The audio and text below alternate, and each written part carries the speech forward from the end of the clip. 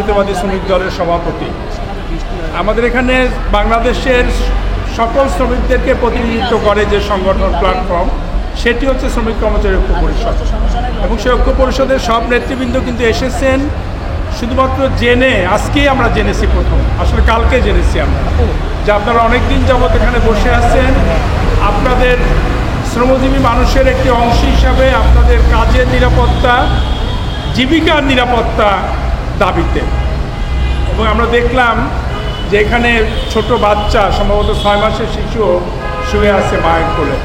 এটা আমাদের সবার জন্য লজ্জাজনক এবং আমরা এই জন্য আসলে ক্ষমাপ্রার্থী।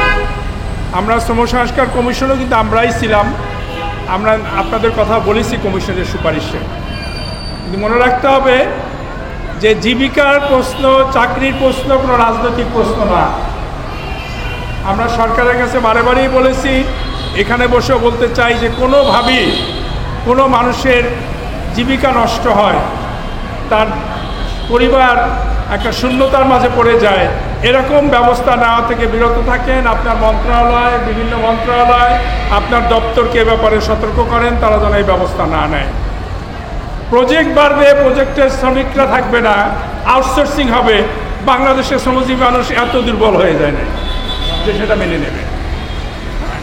এটা আমরা মানব না। অতএব আমরা বলবো যে শান্তিপূর্ণ অবস্থান এখানে আমাদের মেয়েরা করতেছে, যে ডিজিটালাইজ বাংলাদেশের স্বপ্ন আমরা দেখেছি দীর্ঘদিন যাবৎ, আজকে সব কিছুকেই ডিজিটালাইজেশনে রূপান্তর করা হচ্ছে। আপনারা জানেন বিমার সার্ভিস, দুদকের সার্ভিস, সব কিছু, বিদ্যুৎ, ট্যাক্স, এনবিআরের সমস্ত কিছু ডিজিটালাইজ হচ্ছে। তো সেখানে সেবা প্রাপ্তির যে তথ্য নারীদের, সেইটা যে ডিজিটালাইজের মাধ্যমে বা ব্যক্তিগতভাবে যে যারা নিশ্চিত করত, সেটা যখন বিঘ্নিত হয়, সেটা যারা করতো 7 বছর 10 বছর ধরে, এখানে আমাদের মেয়েরা বলেছেন যে তাদের যখন চাকরির বয়স ছিল তখন তারা এই আশায় বুক বেঁধেছিলেন যে এই চাকরিটা স্থায়ী হবে, এবং প্রকল্প থেকে তাদেরকে আশ্বাসও দেওয়া হয়েছিল। কিন্তু যে নিয়োগপত্রটা আমি দেখলাম যে প্রজেক্ট শেষ হলেই এই নিয়োগ এই চাকরি শেষ হয়ে যাবে এবং 1 মাসের নোটিশ দিয়ে অব্যাহতি দেওয়া যাবে। এটা বাংলাদেশের শ্রম আইনের সম্পূর্ণ পরিপন্থী। বাংলাদেশের একটি মন্ত্রণালয়, একটি প্রজেক্ট একটা সার্কুলার দিয়েছে নিয়োগ, যেটা বাংলাদেশের শ্রম আইনের পরিপন্থী, বিরোধী। এটা আমরা মানতে পারি না।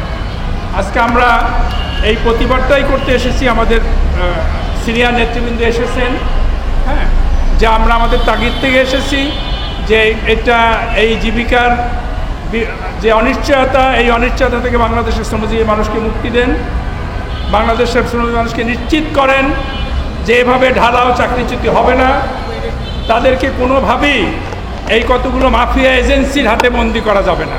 তাদের জীবিকা, বাংলাদেশের লক্ষ লক্ষ শ্রমিকের জীবিকা মাফিয়া এজেন্সিদের হাতে আমরা ছেড়ে দিতে পারি না। আমরা জানি যে এই সংগতির মাধ্যমেই আপনাদের সমস্যার সমাধান হবে না, কিন্তু